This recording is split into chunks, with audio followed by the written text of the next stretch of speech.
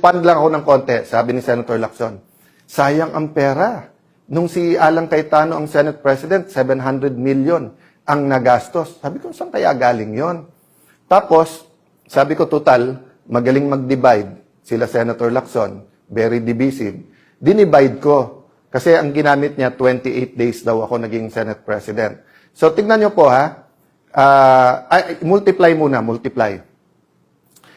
Multiply mo ang 25 million na sinabi ni Senator Win na gastos ng Senate a day, i-multiply mo yon sa 28 days, and, baliktarin mo naman, division.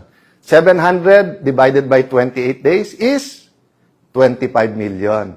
Yun din naman ang ginawa ni Senator Win. Tinignan niya lang yung budget ng Senado, tapos dinivide niya, nakuha yung 25 million a day. So, nasaan yung intellectual dishonesty?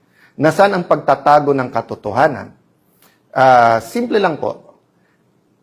Kahit sino po ang Senate President, 25 million a day ang gastos ng Senado kung ganun kasimple ang computation mo. Meaning, yung budget ng buong Senado divided by the number of calendar days. Di ba? So, may nabasa po ako, sorry, nakalimutan ko kung sino mismo nagsabi. Sabi niya, statistics is like a bikini. Ulitin ko ha. Statistics is like a bikini. Why? What it shows is very revealing. But what it hides is essential. So, makikita nyo po, ni-reveal niya, parang pang-intriga, di ba? Kasi magaling naman talaga sila mang-intriga eh. Nagte-take turns lang naman po. Si Raffy Tulfo, si Erwin Tulfo, si Senator Ping Lacson. Tapos yung iba sa grupo nila, yung tag team lang yun. Para, kayo naman mang-inis kay Alan. Kayo naman magkalat ng hindi totoo. Kayo naman magkalat ng ganito. Palabasin natin ang gulo-gulo, di ba? Again, ano yung intent? Para hindi malaman ang buong katotohanan tungkol sa korupsyon sa ating bansa. But let's be intellectually honest. Whoever was SP nun, ganun din ang gastos. Question.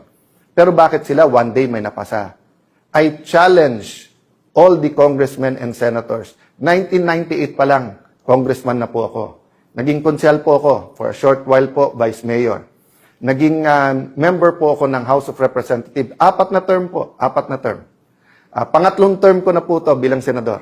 I was privileged. No? God honored me by allowing me to be speaker, and then for Senate President, kahit maikse. I challenge lahat ng congressman, senador. Prove me wrong. Sa huling 3 araw, yung Monday to Wednesday, kapag kayan po ay session, dyan po ang ratsadahan. Kasi lahat ng pang-second reading, i-second reading na natin. Lahat ng pang-third reading, i-third reading na natin. Lahat ng, halimbawa, 7 ang nakapila sa Senate or 20 nakapila sa House sa interpellation. Kakausapin na ng majority leader yon or mag-uusap majority-minority leader. Pare, isa na lang magtanong, pasa na natin to. Yun po talaga ang ano doon. But what did the group of Senator Win and Senator Lacson do? Since May 11 po, hanggang yesterday, hindi po sila naglagay ng mga miyembro ng committee nila as minority. Sila po ang ayaw magtrabaho. Hindi po sila naglagay ng mga miyembro para hindi mag-function yung mga committee. Question. Paano po yung mga ready na for BICAM na ipapasa? Yung po ay inauthorize namin. Tatandaan nyo po, May 13, yung pong inatake ang Senado, yung pong sa NBI na sinasabi lang ngayon na halatang halata na ngayon ay part ng kanilang plano na sa aming binibintang. Alam nyo po ba na the next day po ay meron pong BICAM tungkol sa voucher system sa DepEd. Yun po ay nakakasana sa House of Representatives. Nag-confirm ako, tinawagan ko mismo si Speaker D na pupunta po ako doon. Tapos nagkagulo. Kinancel nila po yun. Kung hindi ako nagkakamali, si Senator Bam Aquino ang chairman nun, ang magpapatuloy nun. Meron, napakarami pong hearing. Yung hearing si Senator Pia tinuloy.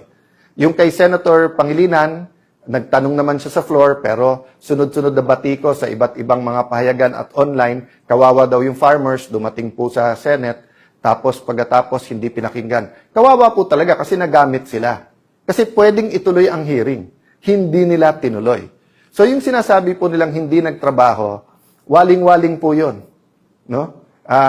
Walang katotohanan, panay kasinungalingan.